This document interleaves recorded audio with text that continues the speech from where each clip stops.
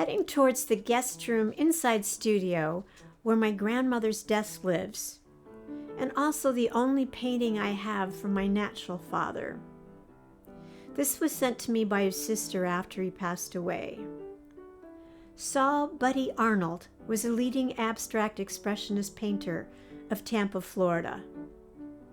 While I was raised with my mother's side of the family in Chicago, I managed to inherit artistic genes from both sides of the family, though especially from the influence of Nana, my maternal grandmother.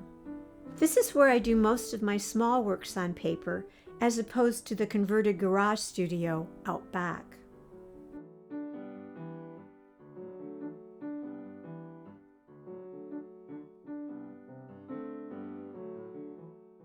This artist in studio self-portrait is from a mirror in 1988. It has a small frame poem written as a centering mandala beneath. This is titled, I Am Only Me. The small etching, created in Mexico, Child's Dream in Blue, is from 1979. It's about the cycles of life and still feels relevant today. Jamie and Marty, my daughter will tell you in a little bit about how hard it is to sit still and model while your mom paints portraits of you.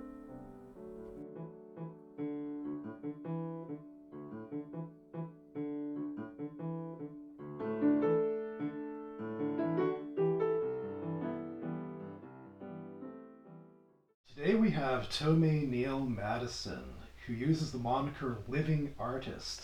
Tomei, one highlight in your career is that since 1999, having exhibited your artwork within the Richmond Art Center, it is an event which used to be called the Art of Living Black, and satellite events around the San Francisco Bay Area.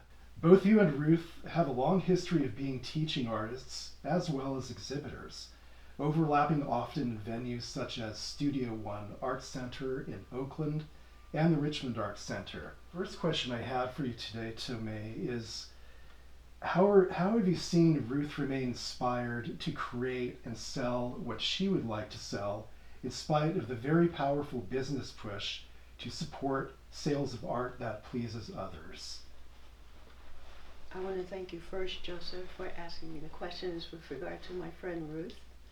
And I would say, certainly, that for Ruth to stay inspired, she draws from her inner gift, which is, as all gifts should be, the presenting of what you want to do, and that you stay true to your passion and just stay the course. She has so many different ways that she can stay inspired because she's also a teacher. We both share being a teacher, and with that, that means that there is a back and forth that happens when if you're a good teacher, you listen to your students, you pay attention to the needs of your students. Also, I'd like to ask, in what ways does Ruth encourage embracing an artistic profession? Well, again, to embrace something, that means that you really are giving 100% of how you feel about something. And I think it's really important for people to understand that visual artists, even though our efforts are solo, what we do is pretty much, unless you're working in collaboration, it's really a solo effort. Different than a teacher, when you're doing your art, when you embrace what it is that you want to share with the public, it's usually already something you feel and something you've honed over the years. Hers is very spiritual. Hers is very much in tune with all the kinds of things that would enhance someone, make them feel good, make them realize that what we are about is a fuller environment. You know, it's not just us. There are other things that impact us, and those things have to be shared. So I would say that that's how she embraces community, herself, in those ways. What do you think stimulates Ruth to stay the course during disruptions of support for art in the community? Well, it's unfortunate when you say disruptions. That's Right. the unfortunate downside Mhm. of visual arts or any of the arts. We always have this constant back and forth with the public that we live amongst, not really valuing art, and that's all the arts. But because we're both visual artists, it's that much more hurtful when we do so much to prepare our art, to expose it to the public, and we don't get the same kind of feedback and accolades and all the other things that sports or some other activities that people embrace. And so, taking a step back, when you think about how do you stay stimulated, we go out, we go to museums and galleries. Ruth will independently make sure that she is keeping herself. She does qigong and Pilates and yoga and has a cat named Jake and a daughter named Jamie. And when we have our individual play dates, it's something that we enjoy with where we pretty much just leave our need to make our art resting on the table and close the door and go out and enjoy just being kids again. Sometimes it might be architecture, sometimes it might be dance, sometimes it might be the museum, the galleries, whatever will feed our need to just reignite our creativity.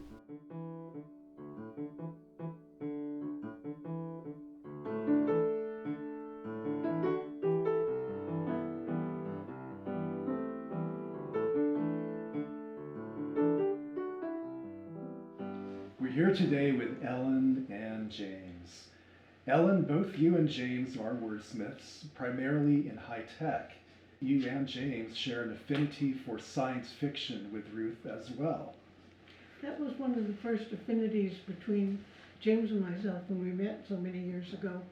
And what we love about sci-fi is takes you to a different dimension and deeper, and sometimes into different worlds. And we find the same magic in Ruth's artwork. Tell us about the first painting you bought from Ruth. The first painting is called For Everything There's a Season. We call it Virginia because it's a collage, and there's a clip of Virginia Woolf, and there's mountains and a big tree, and clouds, and off to the right there's a very small nude. Just you see the back, and that we believe is Ruth's dancer self. There are many dimensions to Ruth. She's not just I'm a painter. There's a magic in Ruth's work, and part of the magic is that when you first look at the painting, you see the central figures, but as you look deeper, you see different figures. And we love the reaching across unseen boundaries because of the magic in the background. You see the two female figures, but there's also a male figure, and Yes. wonderful trees and park-like atmosphere in the back. And we believe that the green figure is Ruth herself. One of our very favorites is the family portrait we commissioned from Ruth. We were married at a winery, and because we love wine, and we also wanted our animals in it. And we have candles and a rose, the big red rose, for we love red roses, and mountains and trees and little hidden figures. You have to look very closely. And apparently there's another favorite, an oval. Yes, Can you elaborate yes. on that? This was another one we commissioned from Ruth, and we wanted ourselves painted with elf ears because every Halloween we put on elf ears.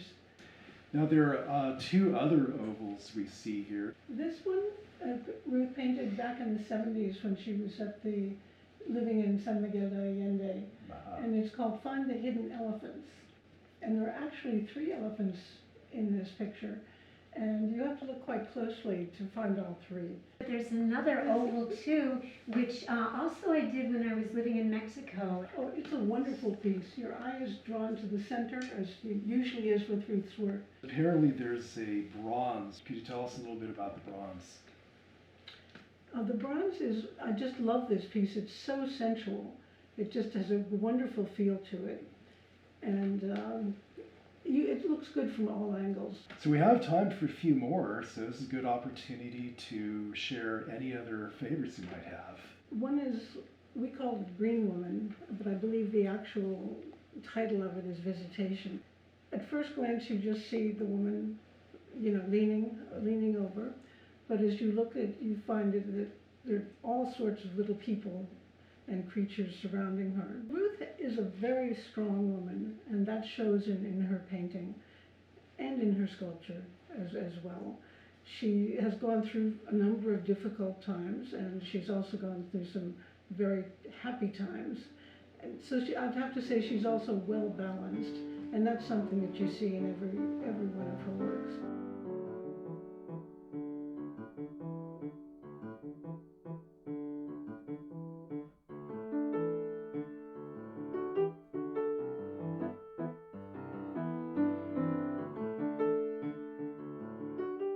I'd like to introduce Jim and Maria Shear. Jim has been a counselor in private practice in Berkeley and in Sonoma County for 45 years. Jim is also a writer whose monthly column, Living Life Well, appears in the Kenwood Press. He also has written about Ruth's work and has collaborated with her on her A Year of Sundays mandala book, published in 2009. Ruth says, Jim, that you have been an instrumental influence on her life's journey at several pivotal points. She names your having encouraged her to work at St. George Homes in Berkeley. Please tell us a bit about that. St. George Homes was a very cutting-edge residential treatment center for very disturbed adolescents, so schizophrenic, autistic, that sort of thing. And it required being very intensely engaged with these people as we worked with them. I met Ruth, and I realized that she too had come out west in order to take part in the consciousness movement. I thought this is the ideal place for her to also work, so I sent her over there, and it was as galvanizing an experience for you as it was for me.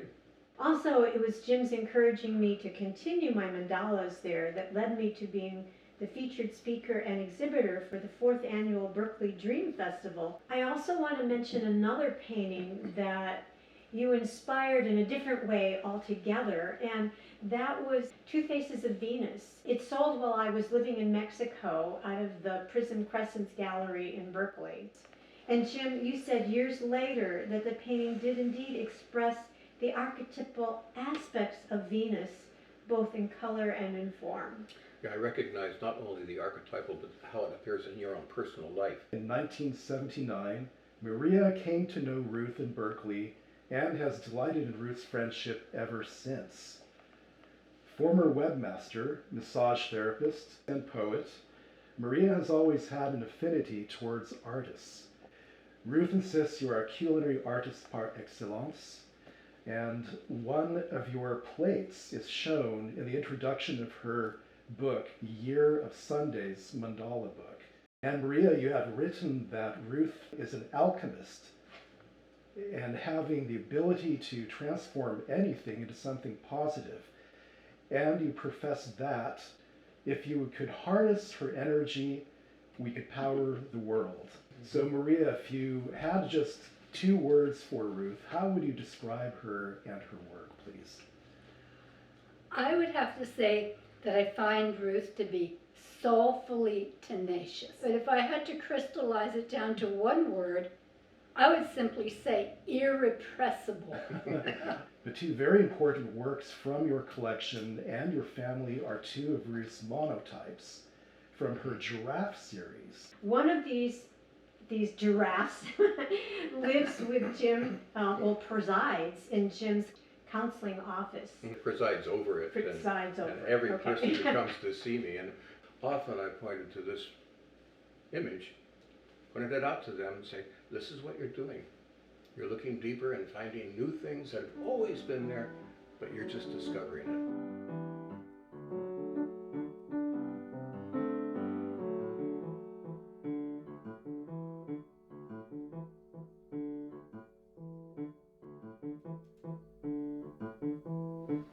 We have with us today Ruth Bloch's daughter, the very talented singer-songwriter and musician Jamie Lynn Block-Smith, who usually goes by her nickname Jalen. Let's listen here to some of your latest songs, Jalen, while we watch a slideshow of some of the paintings your mom did of you while growing up that she has categorized into the theme of dreams, visions, and motherhood.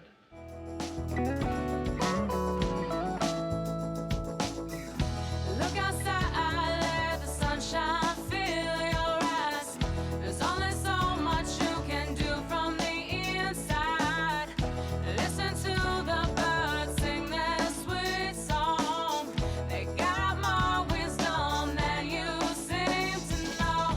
I feel the breeze sway the waves in the eye. Gazing in your eyes, I see the most beautiful sunrise.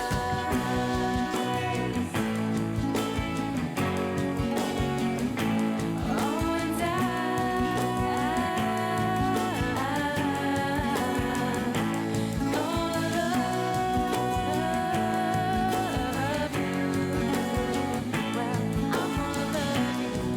tide is high, but I can already swim.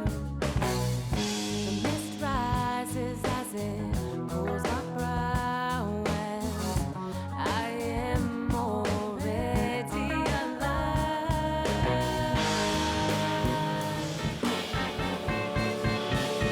'Cause all living things have the tendency to gravitate and manifest toward that which they really, truly are at the center of their existence.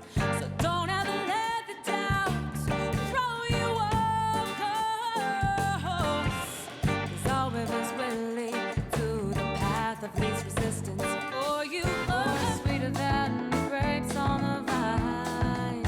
So sweet of you trying to give me a line, but the days like this are far too common, and the tears they fall all too often.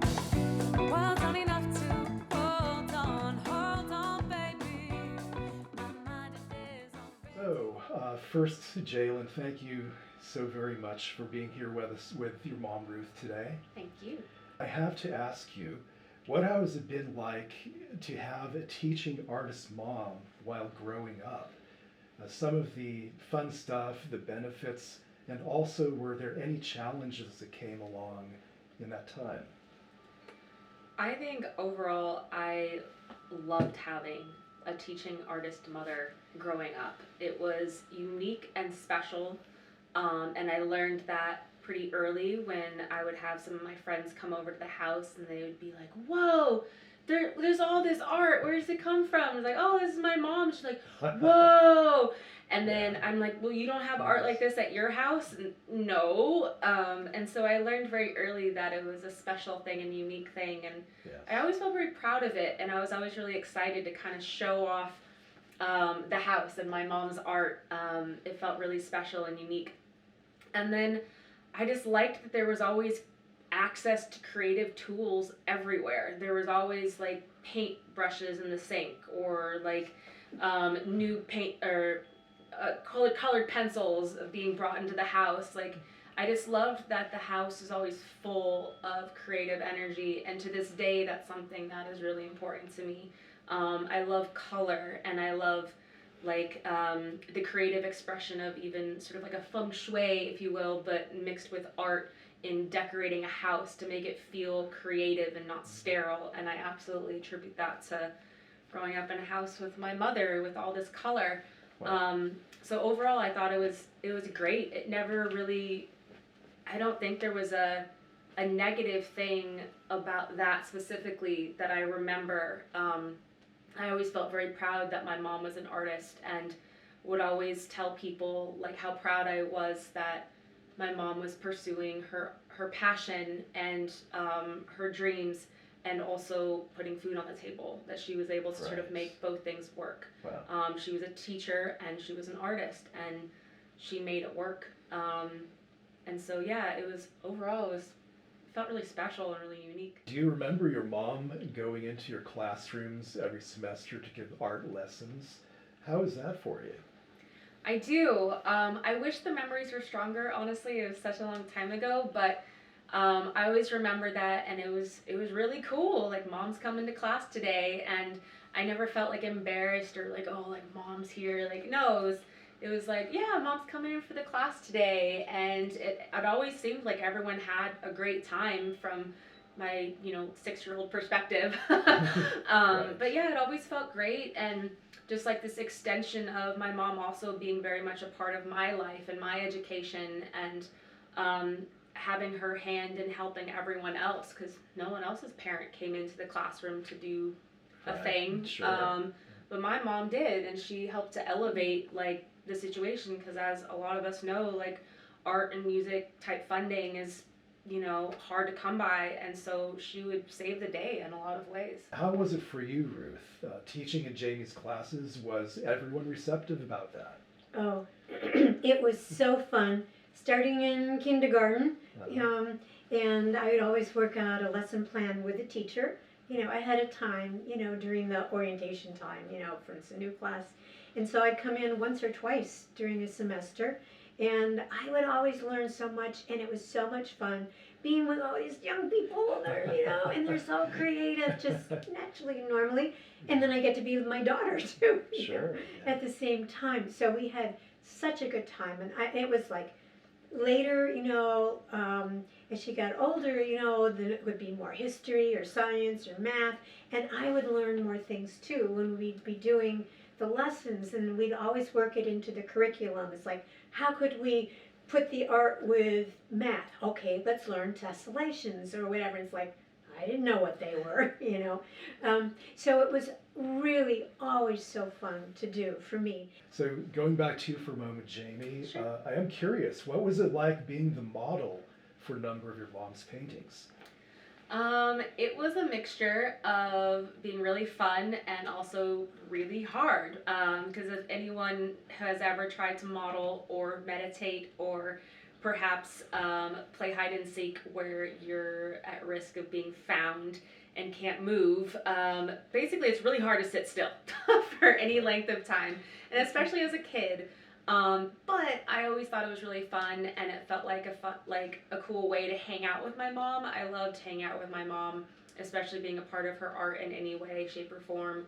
And so I loved sitting there and being a part of the process. And I was very impatient, of course. I always wanted to see the progress. I wanted to see, hey, like, what does it look like now? What does it look like now? Right. But yeah, it was really sweet, and it was like just a fun way to hang out with mom. So, Ruth, you had in one of our discussions mentioned that Jalen was really wanting to have some cats put into a particular painting when you were in Albuquerque. Could you tell us a little bit about that? Yeah, that was amazing.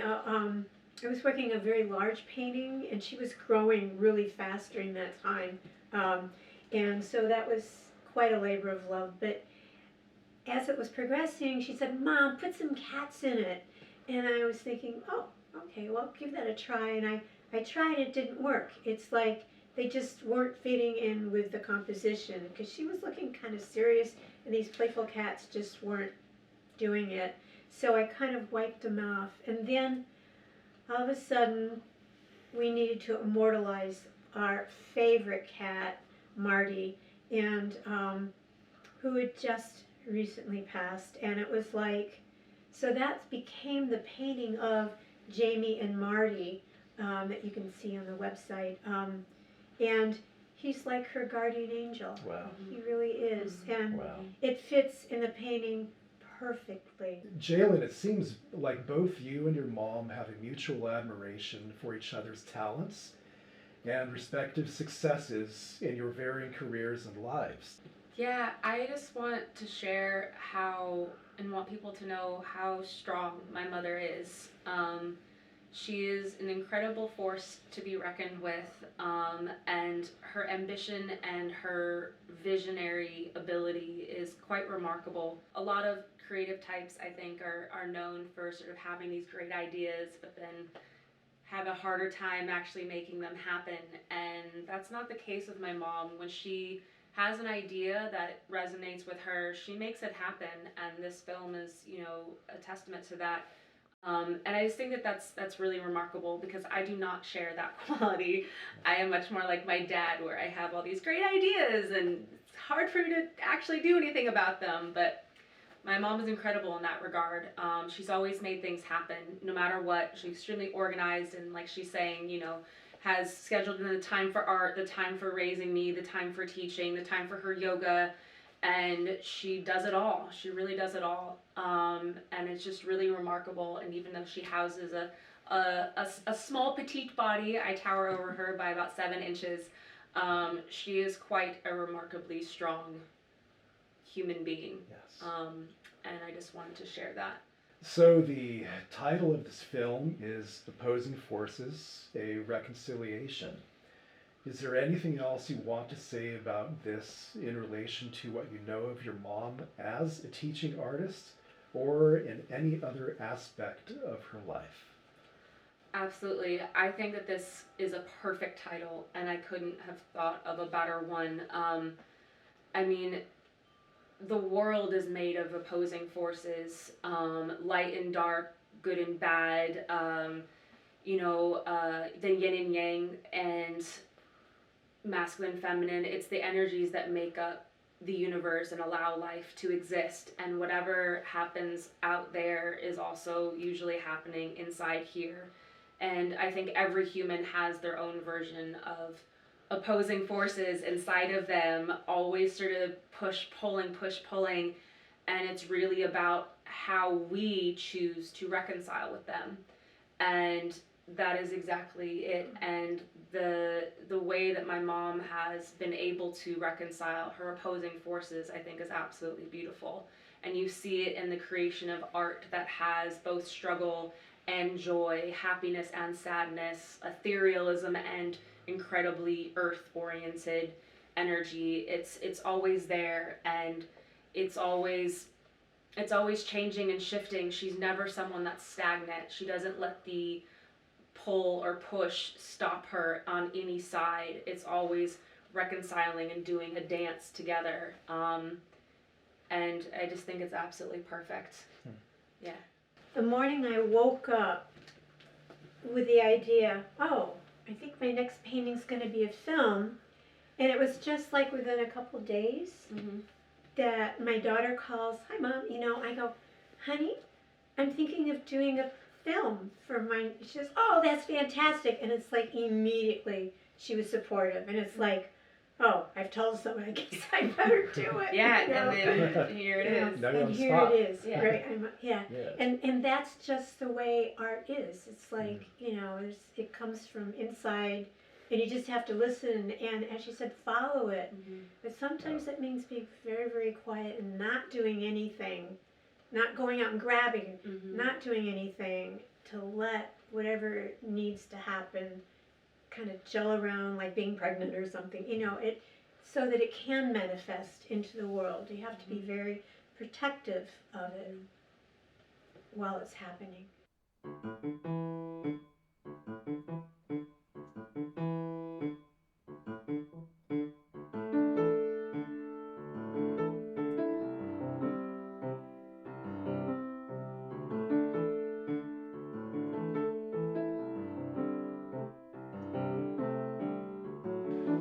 And so I think that, Ruth, leads us to your mission, the biggest takeaways for creating this film. Well, I think I said a lot of it, but some of the things I think that are most important are for people to be themselves and to be authentic, not let other people tell you who to be, what to be, and to be mindful, and that all art is healing, and you don't have to be the artist, but even just viewing art. And not having art in the schools is an abomination, because teaching art teaches people mindfulness, how to see and use your senses, and people would not be destroying the planet if they were more mindful. about what was actually going on, if they paid attention more, Yes. and they would have more empathy and compassion for other human beings. So you can't make another human being into a thing if you have compassion for that human being as a person.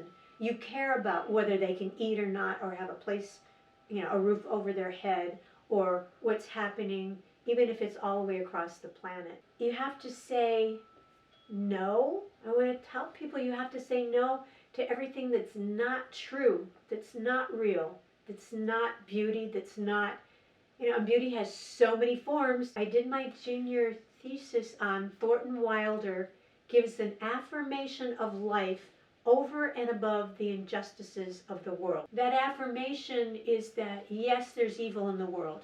There are people that don't care. There are people that they don't care who they walk over. They don't care what they destroy, whether it's a planet, other people, whatever. But then there's the opposing force to that is everyone who does care. Everyone who cares about the planet, the environment, other people. And these people are usually creative, and they have to open themselves up to being their unique selves.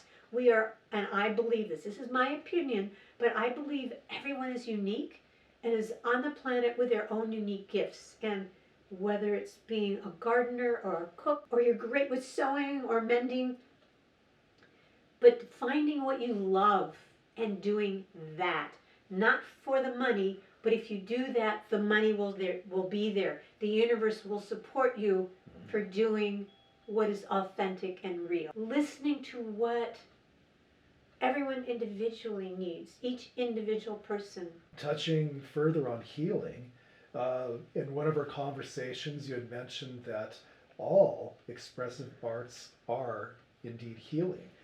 And there seems to be some distinction between art per se versus art therapy. Could you touch on that for Well, us, there was a please? time back when I got my degrees in counseling, because I was using art in juvenile detention homes, and I went, wow, this is so healing for these kids. It's so great. It's amazing. But there wasn't really a field at that point, so that's why I got my first graduate degree in counseling and therapy. But I believe all authentic art is healing in its own way. And especially for the artists, I know, because it's been so healing for me my entire life, and for the viewer as well.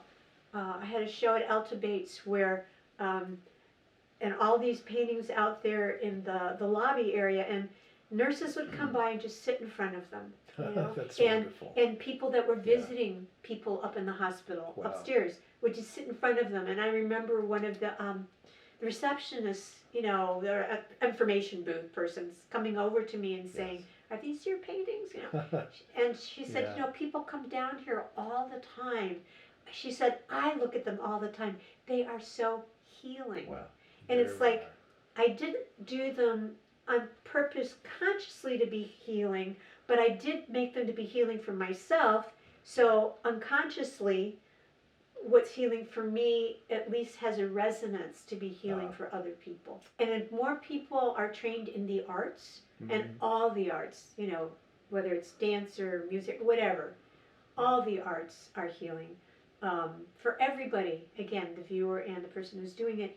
But those all are training of the senses, and when people are trained in their senses, they're not doing bad things usually to others. It's like, I really want people to be their unique selves, and when you say no to the things that do not work, are not working, you allow yeses to happen. But you have to say no to what's not working in order to listen and follow the yeses. The gift is, we've been given the gift. It comes through us so that we can give the gift back out and hope that it helps at least someone. So this film is for anyone who has any kind of a takeaway from it, to be themselves, to be more authentic, to do what works for each person. Sit close to me, I have a song that I must sing. It's about two lives that just met in between, your world and mine, that for a while came so close to happening. But I'm bound for wandering up the streams through hidden lands, laughing with the brooks and crying with the fallen leaves, singing with life and all that joy and sorrow brings